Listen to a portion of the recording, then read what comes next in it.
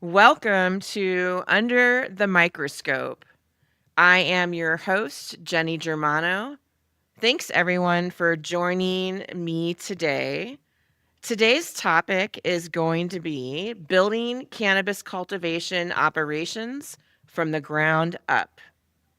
Before I dive in, just a little bit about my background. I got my start running and operating vertically integrated cannabis operations in 2009 in Denver, Colorado. And then in 2015, I founded my company, ICS Consulting, and I've been helping cannabis operators navigate the regulatory landscape for the last 10 years across the United States. Let's go ahead and meet our next guest for this week's episode. Let's give a warm welcome to Jeremy Schechter, the founder of Open Source Horticulture. Thank you, Jeremy. Thanks for being here today. Yeah, thanks for having me, Jenny. Why don't you go ahead and give everybody a little bit about your background, what you did before the cannabis industry, and then your journey to come into the cannabis industry and what you've been up to? Sure. Yeah, I've been in the cannabis industry almost a decade, in horticulture for a little more than that. I've been doing consulting for the last 4 years, going all around the country, working with operators for facility design, project management, construction, and then actual hands-on plant operational management and training and staffing and things like that. Before I did that, I was in the Ohio industries with Buckeye Relief, one of the largest producers in the state, and was on the initial team for that. And eventually became vice president of operations for that facility. So learned a whole bunch about the industry there. And then before that, I had a small stint in renewable energy and wastewater treatment, believe it or not, and commercial production of greenhouse vegetables, leafy greens, lettuce, tomatoes, peppers, cucumbers, stuff like that. And probably the most fun horticultural thing in the world of aquaponics until I really got started with plants was through aquaponics and raising plants with fish. Fortunately, I'm not doing that these days. I do miss my fish quite a bit. That's my background and engineering degree from Ohio State. That's right. All right. Go Buckeyes. My brother is a graduate of Ohio State and he's a huge Buckeyes fan. That's amazing. And the fish part is really cool. There is a facility like that here in Colorado, not cannabis, but I believe they grow lettuce and tomatoes and different greens. And when you go in, you see the fish. It's open to the community. You can go in and tour it. They have a little grocery store. And it's so cool to see the fish. I think that's so fascinating. Yeah, I think that might be the aquaponics source. Yeah. Uh, and yeah, I just actually met those guys a couple weeks at the aquaponics conference. Yeah, You know which this one I'm talking about in Denver then? Or I believe it's Denver metropolitan area. yeah, I haven't been to it. I know of it, but yeah, that one, I think it's been around for quite a while. Yeah, it's really cool and I love you can come in and do tours. It's a really interesting facility to check out. Let's go ahead and dive in. I kind of want to start around the philosophy of how you approach cultivation. And I wanted to discuss the biggest misconception operators have about this like secret grow formulas. Yeah, this is honestly the best possible segue you could have given. So back in my aquaponics days, I met the guy who wrote the textbook on recirculating aquaculture. His name's Michael Timmons, and he had this quote. I took a class under him. He had this quote, and it was, "In aquaculture, there are no secrets, only egos." And that was so long ago, and it stuck with me because it was true in aquaculture, and I think it's also true in pretty much everything, but definitely horticulture and cannabis cultivation.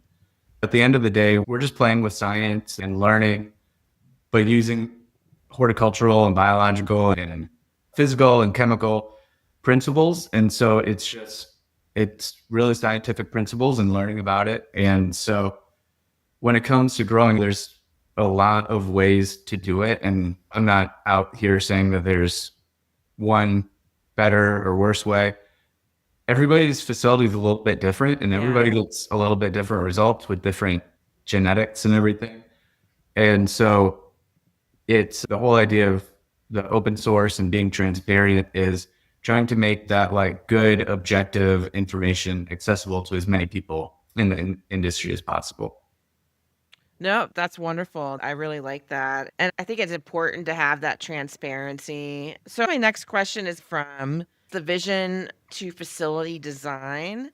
And what are the short term and long term costs of delays when you're building or retrofitting a facility? I love this question. I don't know where this is going to go, but this is probably the most impactful and my favorite question to talk about. And just the way you phrase it, short versus long term.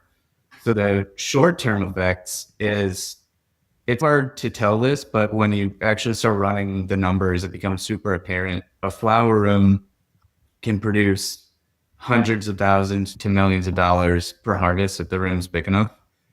And so if you break that down into months or weeks or days, typical flowering is at 9 weeks or 2 months, it's tens of thousands of dollars of loss per day when there's a construction delay or when anytime that room's empty, it's tens of thousands of dollars a day.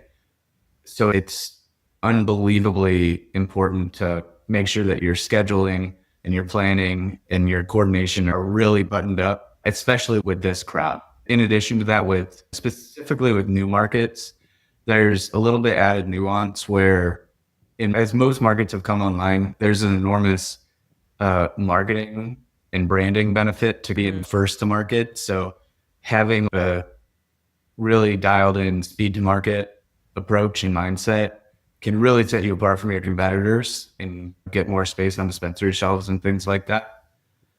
The long term effects of like construction delays, but really more of, I'll call it like poor facility design, is that you have to live with what happened. So going back to the whole planning thing, when I'm working on facility designs, working with clients on new facilities or expansions or whatever, there is an enormous amount of time spent on things that people who haven't operated in the space or haven't managed large facilities might not think about. Yeah. Really maximize productivity and workflow and minimize steps, and while also maximizing biosecurity. It's really important to compartmentalize all the different rooms and to like really think through the flow of a facility so you can plan how are cultivators getting into the facility, how are they getting into their scrubs or Tyvek suits or whatever. So locker room design and egress and ingress and the counting areas are really important.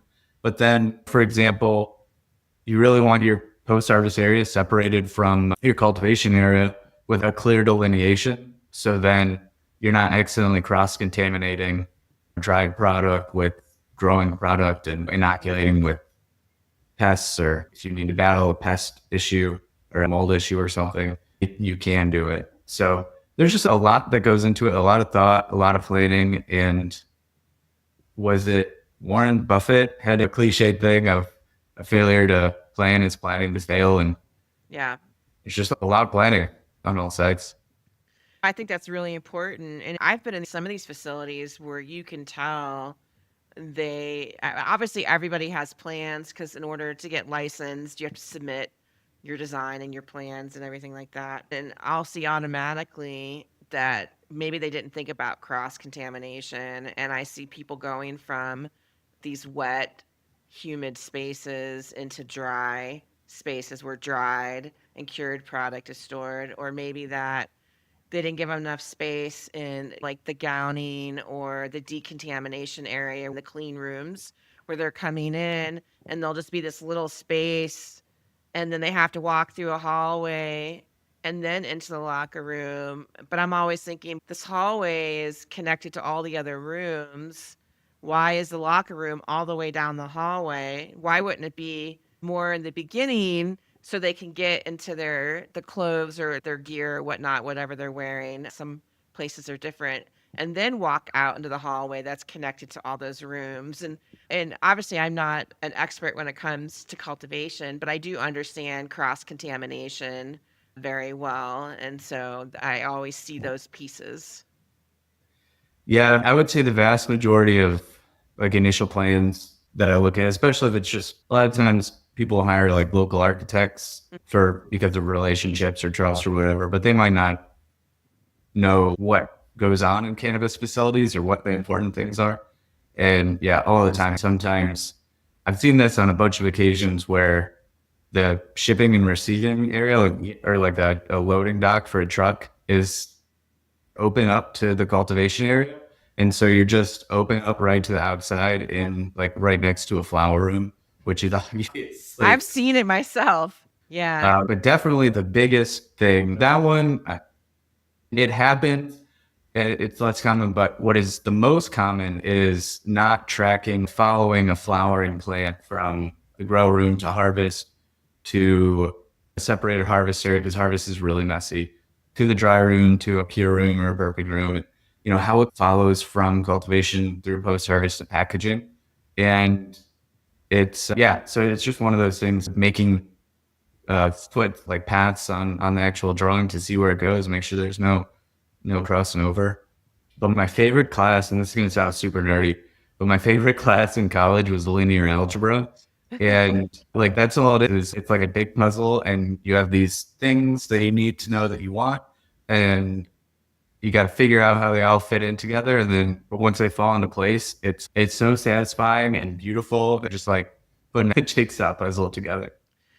I do not do linear algebra. However, I do puzzling, and there is no better satisfaction than completing a puzzle. So I understand that feeling. Were there any other missteps that you might see cultivators make when they build or retrofit a facility? I know we talked about like the design and how we're connecting to the workflow of all the different stages of growth in those rooms. I certainly have a laundry list of them, of things I see a lot in facilities. The biosecurity one is certainly by far the biggest, but just a couple little things that people tend not to think of that are really important. Keep in mind that working in cultivation facilities is working in a hot, humid environment, doing a whole bunch of manual labor. It's hard work. You're back there in a windowless room for a long time, pruning, defoliating, harvesting, transplanting, doing whatever.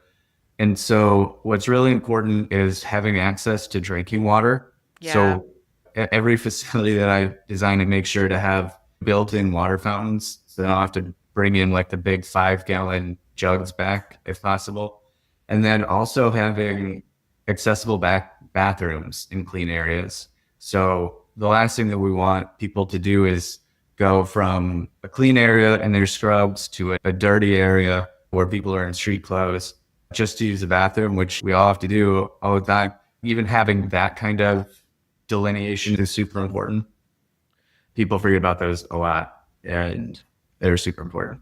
I like the water station idea or the water fountain. Let's just say if somebody is like listening and their building's already built. So I would assume they could install some water stations or something in these different rooms instead of the idea of people leaving a clean room, walking through a high traffic hallway to go to a break room to get some water and then not decontaminate and then walk back through these high traffic common areas and then back into this clean area that they're working. I think everyone's so caught up in their workflow and what they're working on and or their role in that cultivation. And I could see how people think I'm in my scrubs, I'm clean, I've decontaminated, and it's out of sight, out of mind, and I'm just walking all over the place in the cultivation facility. Yeah, I see a lot of, and this is more operational than design, but even if it's design, right, a lot of times I'll see people in facilities in scrubs. So the facility is paying the money for the scrubs, and the company specific shoes are usually Crocs or something similar. Yeah.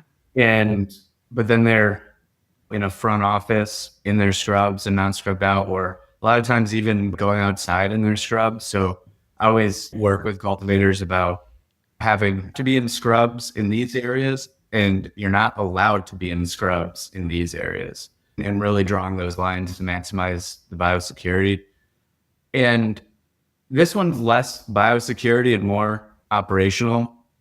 Um, and this one might have of the highest impact of design, and that's actually having offices back in the clean areas. So most facilities that I go to, they don't. And Mm-hmm. then as like an upper level manager, and this one is for all of you directors of cultivation out there. A lot of directors of cultivation I'll see have offices up front in the main area with the sales team, marketing, the executives, the C-suite. And that's good. And it makes sense from a business hierarchy standpoint. But at the end of the day, what that's going to do is create a separation from the person who's responsible for all of the cultivation activities and what's going on out there and the actual cultivation itself. And I feel extremely strongly that the person who's in charge of all the plants and managing the plants needs to be back in cultivation with their people. Otherwise, there's going to be a lot of guessing and questions, and you just won't be accessible enough. So if you are a director of cultivation and your office is not inside cultivation, you're not spending the majority of your time in cultivation with your people and being accessible, just that extra level of separation is enough to like really reduce productivity and yield and quality. Agreed. And I've seen situations where they are not in that space and where they're somewhere else located in the building. And then the workers are nonstop walking through multiple rooms, walking through high traffic hallways to go into this office, which might not be clean, right? Because it's not in the clean space. It's like a whole area of production where maybe it's just bags and bags of product that's getting ready to get packaged for wholesale. I've seen a lot of different scenarios. So actually that those are some really good ideas. About the efficiency losses, if people actually do, the supervisors or the staff, they make the step to go out there, they're losing all that time of just walking. But anytime something is slightly harder to do, it's way less likely to actually happen. So even though it's not hard to text or call somebody for a question, they're going to ask way more questions and get you way more involved if you're in cultivation. I feel really strongly I about love that. it. I'm actually glad you brought that up. That's really helpful. And so how do you balance a client's creative vision with the operational realities of building a cultivation facility? This is a good one, I think. Sure, it So, happens a lot. yeah, and that is an unbelievably good question. And it's something I'm excited to talk about. I've worked really hard, like over my time in consulting and an old colleague of mine had this thing that he always reiterated is to meet people where they are. And then I added on to that to get them to where they need to be. Mm, And I think that's really important. Everybody has a little bit different vision. They have different budgets, different infrastructural constraints, different markets and the implications with that. There truly is no one size fits all for cannabis cultivation, not to mention just like indoors versus greenhouse versus outdoor. But it's, I guess, if there's like really wonky stuff, then it consulting is a whole lot like sales. And I'm not talking about like selling a product, getting the buy-in to change what you're doing or to do something different or to follow my recommendations. And so a lot of it is just somebody's got a really crazy idea that I know won't work, then I have to like actively sell them of why it won't and kind of work to disarm their ego and make them comfortable and trust me. Um, and if they still want to do that crazy idea, then what I will do is make sure that it's going to be the best that it possibly can. If somebody has an indoor facility and wants to use like a bucking machine, like I would not recommend doing that if you're planning to sell high quality flower because it's just going to shred. unnecessarily destroy it and lower your quality right off the get. But there's a million reasons why somebody would want to do something. So I just work with them to make it as good of an implementation as possible. Work around the labor and the data tracking and um, make sure that it gets put in and the SOPs around it are running correctly and yada, yada, yada. So there's a lot of give and take and just like understanding human behavior and psychology and we're all prone to it. You're prone to it. I'm prone to it. Yeah. It's all over the place. I think it is the meeting people where you're at. That's been my philosophy for 10 years, that it's just important to meet people where they're at, and I love that you added on to get them to where they need to be. I need to have a t-shirt that says that. That's so great. And I knew that was the secret sauce a long time ago because it's hard to be templated and cookie cutter, at least for me as a consultant.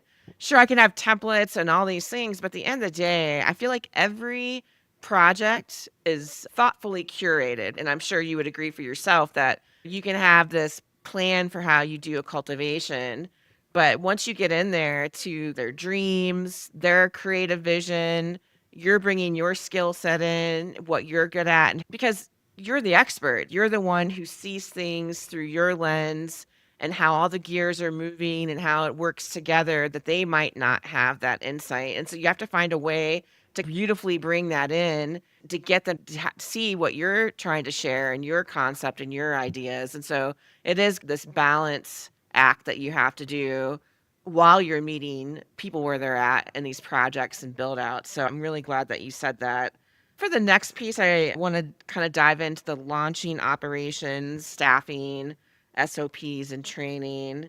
And so, why is the satisfaction of employees so important, and not only for positive culture, but for the ROI, which is return on investment, in case people don't know that acronym, and how can you get it? So this is like the most fun podcast ever because Yeah. these are like my favorite things to talk about because they're so impactful. And this one, I take back what I said earlier. This one's, I think, the most important and probably my favorite. Cannabis is, speaking specifically of cultivation, is an incredibly labor intensive plant, at least how it is now. It is, I see no current pathway to actually fully automate this like you would lettuce.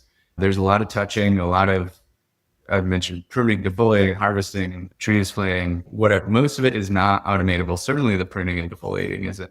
And not to mention the trimming. There is machine trimming, but even with machine trimming, you still have post-machine QCing. But a lot of places are still doing a lot of hand trimming, and I support that quite a bit. Labor is the number one cost in just about all facilities. Maybe it's different in California because of super high energy prices, but labor and energy are number two. Usually labor is number one. And so cannabis is all about people. It is totally about people. And a hill that I would die on is that the success of any cannabis business is based on how good, not how good, but how their employees are treated. Yeah. I'm not even talking about some of the, in the news, there have been a lot of unionization efforts and things like that across different states and markets and facilities. I'm not even talking about that. I'm just talking about the kind of the bare minimum in a facility, treating workers like people, treating them like adults, giving them a sense of job satisfaction and fulfillment, Yep. making sure that they know that they're working towards something and that they're in this together. I mentioned earlier, working in a cannabis facility, you're working in a cultivation facility. You're literally in an indoor facility. You're in a box that has no windows on purpose under artificial lighting for 8, 10, 12, maybe even more hours a Yeah. day doing manual labor. Like, it is tough. You're doing what you love. You're around cannabis plants and there's a lot of passion, but that novelty wears off. I'd say 3 to 4 months, at longest 6 months before you're like, okay, this is pretty much on repeat. So you really have to, it's up to operators to understand that and to make sure that their employees are satisfied and are happy with the work that they're doing, and they're getting that job satisfaction. So what that does is it directly relates to yield and quality and profitability. So there's millions, not millions, but many studies that have reinforced this over the years, books on it and yada yada. In all industries. Yeah, all industries. And since this is so about people, we don't have machines automating this work. If you have employees who don't care and don't want to go above and beyond and are just dragging their feet, the plants aren't going to get pruned and defoliated. The irrigation isn't going to get tuned and dialed in. Nobody's going to be paying attention to like all of the environmentals and really digging in and trying to solve problems. And then on the other side, there are a lot of potential places where profit can be leaking out, from like flour, popcorn to trim ratios, to like mold failures or other contamination issues, to just like general data capture. And so it's really important to have just like an understanding of humanity, and more specifically behavioral psychology. And part of that, this is probably like, I'm sure somebody listening is, yeah, I understand that we need to treat people like people, but how do we do that? How do we motivate people? And I will say it's like, of course, money and incentives and stuff are one thing, but I think if the only tool that you have to get somebody to care is monetary incentive, you're missing the whole shtick here. As simple as setting goals and clearly communicating those goals, and like celebrating in small ways, like achieving those goals, is unbelievably powerful. It's just how our dopamine system works. Instead of, so here's an example. Seen a lot of cultivators, and in their on their trim team, they'll have active trimmers. Walk in and be like, okay, so what's the plan for today? Like, how much does Sarah or Jim have to trim, or what's the goal for today? And the trim manager says, whatever we can get done. And that is so demoralizing. If you were to go on a run and just be like, I'm just gonna run until I get tired, or I'm just gonna run, and it's not how our brains work. But if you were on a run, you were like, all right, I'm gonna run 5 miles, and then I did that in whatever, an hour. Then the next time you go on a run, you'd be like, okay, I did it an hour last time. Maybe I can do it in 58 minutes this time. And so not only does it feel good to hit and achieve that goal, then setting those goals, you can make them smaller and smaller, like very incrementally smaller and achievable over time.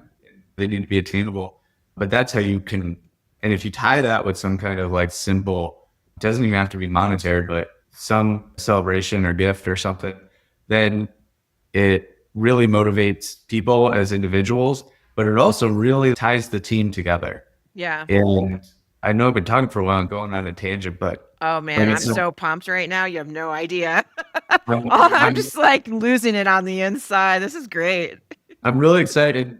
The other thing that's important about this is, so I've actually been talking with people about this a lot in vine crop production, for instance, which is what a lot of operators look at. We know how to grow tomatoes and peppers and cucumbers, but the work related to that kind of production is very independent. A person goes out and prunes up the tomato plants and yada yada. It's one person. You can do competition. You can track individual metrics against workers and stuff like that. Not in cultivation. I think that's an enormous difference that people need to realize, is that uh, in cannabis cultivation, just about every task, unless you're doing a pest spray or monitoring irrigation or something, all of the big tasks are incredibly team oriented. Yeah. So, like, goals and incentive structures and tracking structures, they all need to be team based. And I can say this from personal experience. I've tried doing a competitive thing where, individual metrics, and it Mm. breeds toxicity within the team, and people end up being more, understandably, again, we're humans and like it's basic psychology, but more focused on their own benefit instead of the team. And then the team suffers. And so, yeah, fostering a really strong team culture, not making individuals compete with each other within cultivation, and being really liberal about setting goals. It's like those simple things that can take a really toxic and unproductive cultivation facility and just transform it to blast off. So that is the cheat. That is awesome. That's just exciting to me. You're definitely speaking my language.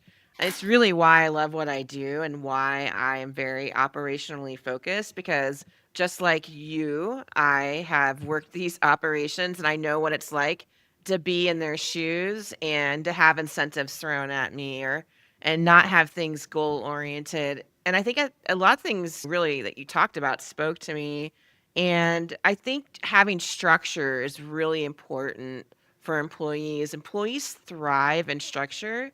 I have to know what I'm working towards in order to work hard for myself. I have to be this way in my own business as an employee.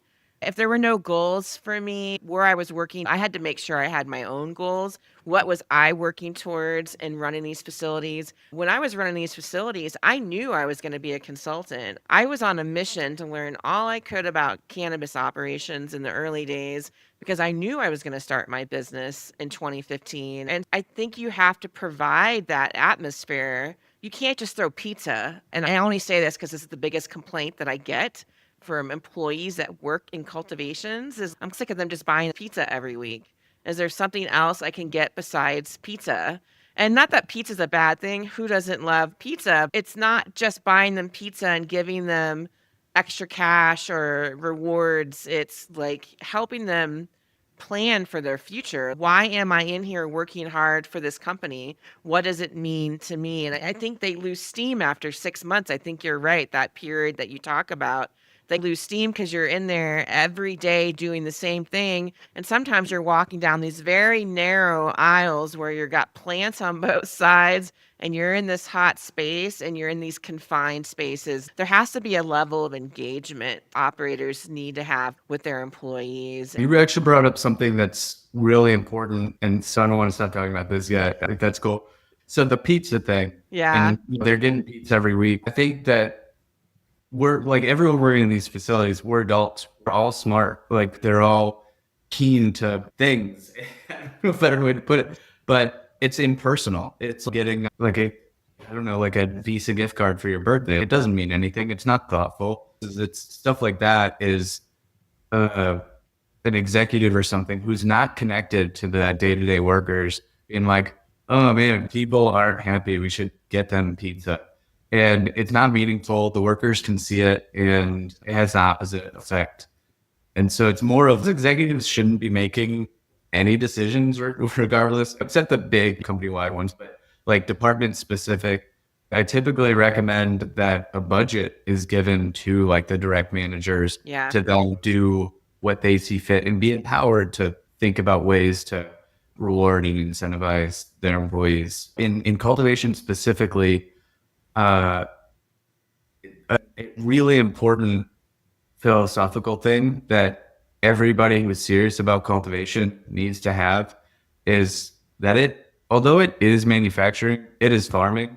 And Yeah. in farming, you like plants don't take holidays off, plants don't have weekends, and they don't stop growing. You don't leave until the work gets done, period. And like without exception, and that needs to be reiterated in job interviews and the expectations set from the beginning that, hey, if we need to finish pruning a row or we have a goal for the day, we're not leaving until it's done. Yeah. And that needs to come from the directors of cultivation and the upper level management on down. Because that can be a separating factor a lot of times. I've never operated a facility of any kind, whether it was vegetables or cannabis, where a goal would be missed. If the schedule says we're going to transplant on this day, it's going to happen, or there's going to be a contingency plan where production's not lost. You know what I Yeah. mean? And because of that, like super stringent necessity, it is like doubly or triply important to make sure that there's a good, clear goals, strong, thoughtful incentives, and just overall buy-in to the cause of what the business is doing. Yeah, and I also think the communication piece, right? So every day is the team getting communicated. Before we put our heads down into our work, did we have a little team meeting before everyone spread out amongst their jobs in the facility? And I think those meetings are very vital and they should be at every shift.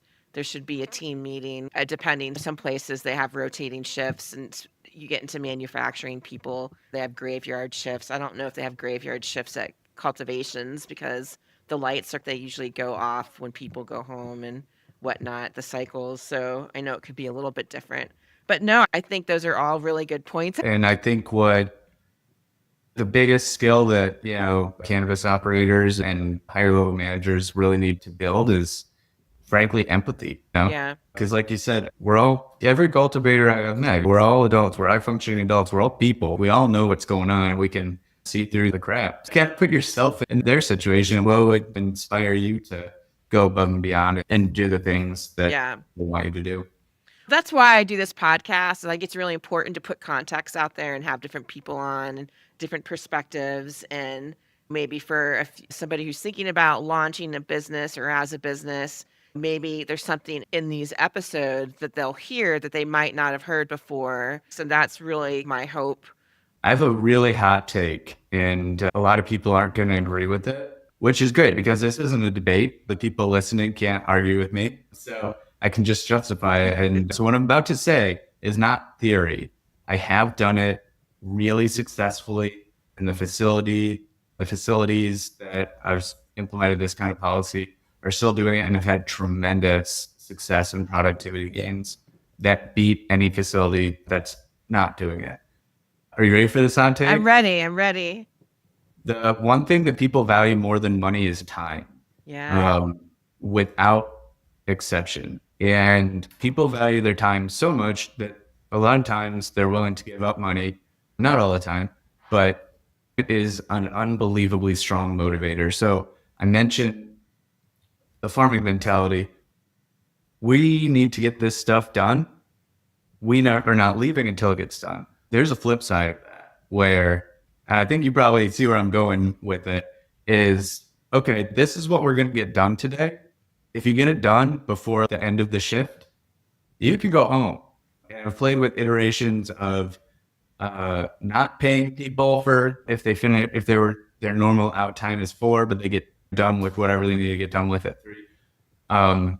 Paying them for that hour or not, it doesn't really seem to matter. Mhm. But like, this is a really powerful thing with cultivation teams. This doesn't really apply to like salaried employees and specialists and stuff like that, because they're always going to have Yeah. more time, or they always have more things to do. Yeah, they do. But for like cultivation teams doing all the pruning, defoliating, harvesting, transplanting, it is unbelievably powerful. And even for trimming teams, putting quotas, hand trimming, once you get to 3 pounds, you can leave.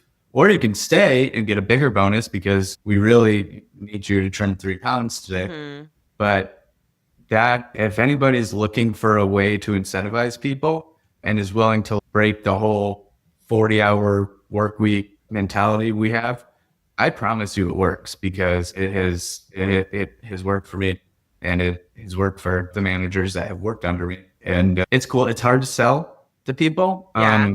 It's such a coded thing, that, oh, if they get done early, we need to give them more stuff. Turns out that's pretty unmotivating for people. The work expands to the time allotted to it. So just shrink it, make your people I have happier. to say, it's true. When I was in dispensaries and they would do the schedule, I would always volunteer to work my 40 hours in 4 days because I got more than 2 days off. And it was nice to have those 3 days off back to back. And I got more time. And I didn't care that I worked 40 hours in 4 days because I knew that I was going to have those 3 days off. I think it is true. And I think you have to get creative. And how do you get employees more time? I kind of want to dive into common pitfalls and lessons learned.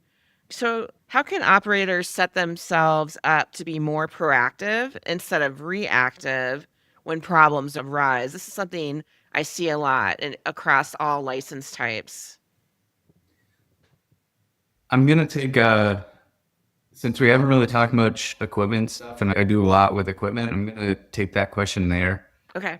There is a large industry-wide problem of preventative maintenance on equipment. It's the vast majority of places I go to, or I've been to, not necessarily my clients, but I've been to a lot of facilities that I'm just visiting or whatever, and they tend not to have robust preventative maintenance programs on their HVAC systems, their water treatment and filtration, filter cleaning, irrigation systems, light validations, and just even like flushing hot water heaters or whatever. It tends to be really lacking. And what ends up happening, and it's lacking for a reason. It's not because I am not trying to say that people like aren't doing what they're supposed to do, but if you think of like how a cultivation facility typically goes, a lot of times, like somebody will, like an owner will hire somebody, maybe it's their first store, maybe it's a consultant or something that'll design and spec out this facility. And then 6 months later, that person's not there and somebody Yeah. else takes the reins. So stuff falls through the cracks. So it's not necessarily anybody's fault, but like a lot of times cultivators or operators, they don't even know the full suite of equipment that's in their facility because for whatever reason. But anyway, so what ends up happening is without the preventative maintenance, we see a lot of preventative maintenance and like cleaning is part of Yeah. preventative maintenance. See a lot of premature equipment failures and a lot of extra money spent on fixing the thing that broke because you didn't maintain it. And Yep. like all this stuff, like backwashing filters and cleaning filters or cleaning salt off of metal parts around your, if you have salt leaks or whatever. There's a million and one different things. Greasing bearings, whatever it is. The analog that I like to use, and I say it all the time, it's if you bought a Lamborghini, then and you didn't change the oil, then you know it's gonna die. Just Yeah. like people spend tens of millions of dollars on these nice, unbelievably nice cultivation facilities, and then they effectively don't change the oil. And yet things breaking all the time and critical systems too. Uh, so preventative maintenance is huge. I work with a lot of clients to identify what their preventative maintenance needs are. I find it so important, Jenny, that at the beginning of this year, I was actually considering starting a national preventative maintenance firm specifically to address this and help people Yeah. because there's just been so many horror stories. Luckily, there's another company that I work with that is actively doing that. And so we're working together a little bit on that. I didn't have to go through the pains of starting a whole second business. I've got busy enough and want to do it. I just want it to get done. Yeah. And I want people to be helped with this. But it's enormous. And I mentioned the critical systems and that's what the big thing is. It's not somebody's like chair isn't getting maintained. It's like the HVAC system. And then if the HVAC system doesn't work, you can lose a whole round and that can be enough to kill your whole business. So it's of enormous importance. And it is something that is a big thing that So should that just be like who does that fall under? Because I think of a bunch of things when it comes to cultivation facility. I think the cleanliness and I think about all the equipment and the maintenance of the building, the roof, all kinds of things, cameras and the HVAC system.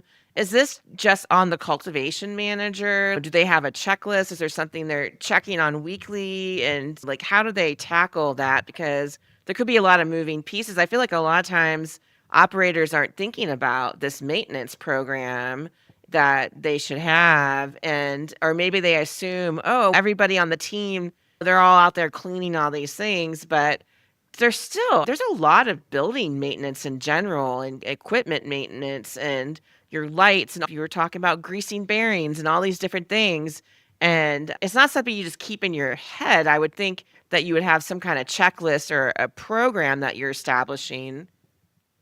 this comes down to, I would not put this on a manager level position. This is the responsibility of the chief operating officer Yeah. or like the general manager. They are absolutely, the ones responsible for it.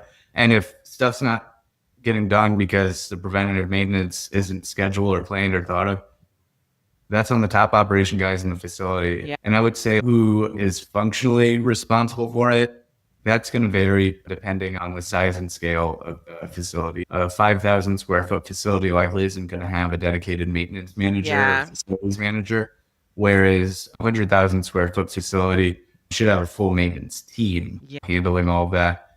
And I would say the smaller facilities, maybe like 20,000 square feet and under, a lot of it can fall and does fall onto the director of cult, but any larger than that, and they have plenty enough to deal with, that they should really trust that the vast majority of their maintenance is out of their hands, or they could delegate it. Say a facilities team necessarily needs to be involved in the maintenance of like irrigation components for the most part.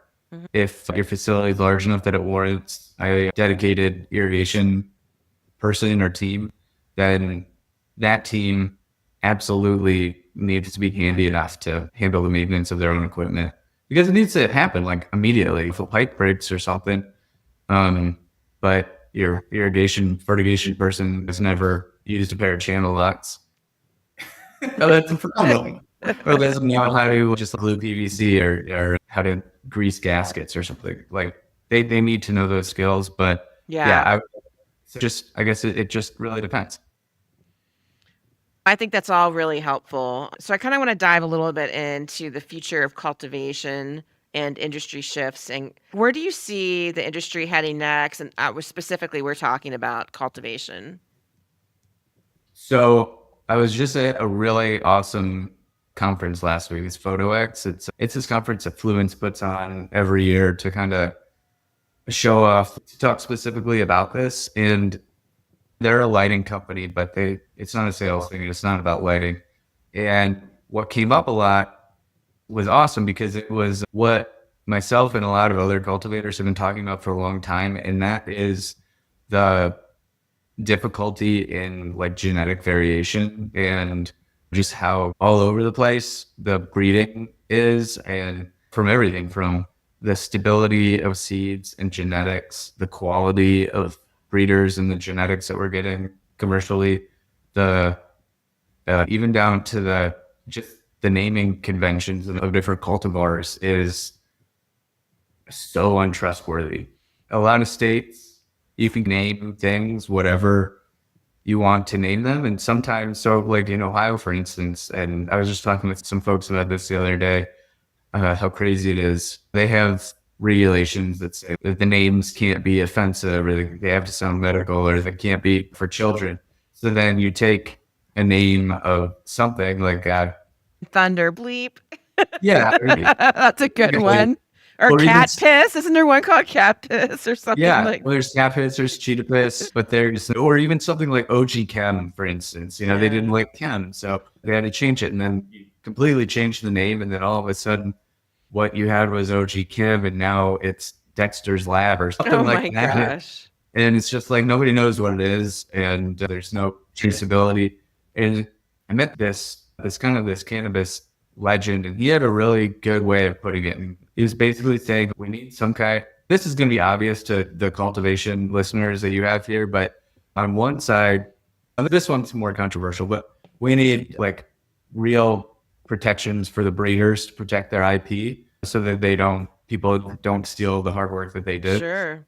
That's great. A little bit controversial, but what I think is the most important and the most universal thing that we can agree on is that just if I go to the store and I buy a Snickers bar, I want to make sure that Snickers bar I can expect that it's going to have caramel and peanuts and chocolate and nougat or whatever's in a Snickers bar. But I know that Snickers bar is a Snickers bar. It's just I want to go to a dispensary, and if there's sour diesel, I don't want it to actually be like a gelato or something and totally off the wall. I'm the same way. Like I'll buy Blue Dream, and I'm like, this isn't. It's not like the Blue Dream I remember. And Blue Dream can be different everywhere you go. So I understand. Well, that's actually probably a much bigger conversation. We don't have another hour, but that's okay. Yeah, I'm just like how genetics have Yeah. changed, why like things don't taste away and smell away and have the same terps and everything that they used to, and getting back to that. But that's a whole nother thing. We just need it to be like predictable, and Yeah. we need to know what we're getting. So genetics and standardization and some cool things that are up and coming. I think we're probably getting out of time, so I'm just going to throw them out there. Polyploid breeding is a big deal, specifically breeding for triploids, which means three pairs of chromosomes, which triploids like bananas and watermelons are seedless because they're triploids. So odd numbered polyploids are seedless. And they tend to have like higher secondary metabolites, bigger buds, bigger leaves, yada yada. So triploids are the holy grail of polyploid breeding. And then also a group, and I won't talk too much about it, but they identified the genome that's responsible for powdery mildew resistance. And I guarantee a bunch of listeners' ears just perked up in excitement. I can tell you it's real, and they're working on incorporating that into active breeding programs. And I'm going to leave the day ambiguous, but it's breeding, genetics, and all of that. dialing that in is what it's going to take to really get this industry to the next level. I love it. And we got a little nerdy at the end. Nerdy meaning like there are a lot of things I didn't even know what you were talking about near the end. But that's okay because I'm not a grower. And so I'm learning as well on this podcast. And wrapping up, if you could leave operators with one piece of advice about launching or improving their cultivation operations, what would that kind of last bit you'd want to give to them? Probably the biggest thing is going back to the operational stuff that we were talking about Yeah. earlier and having empathy with your employees and putting yourself in their shoes and remembering that these people are working for you and making you successful, but they have their own dreams and their own ambitions and their own emotions. And Yeah. there are real ways to treat them that is a mutual win-win that makes them happy and proud to work for your company and also makes them more productive, which makes it more profitable for you. So it's not a zero-sum game. We can have very happy, fulfilled, productive employees, and we can also have higher profitability, better quality product all together. And quite frankly, it's not that hard. It just takes real effort and thought. Yeah, thank you so much. That was perfect. And thanks for everything that you've shared. And I really appreciate you coming on my podcast. This is going to be really helpful, I think, for people who want to listen and learn more about cultivation or somebody who's already cultivating and running a facility. So thank you so much for being my guest today. Absolutely. Thank you, Jay. This podcast. It is streaming on Apple, Spotify, and iHeartRadio. Or please feel free to check out my YouTube channel, which is Under the Microscope with Jenny. And go ahead and subscribe. Thanks everyone for listening. And thanks again, Jeremy, for being a guest. I'll have Jeremy's information also posted in the description section in the podcast and on YouTube as well.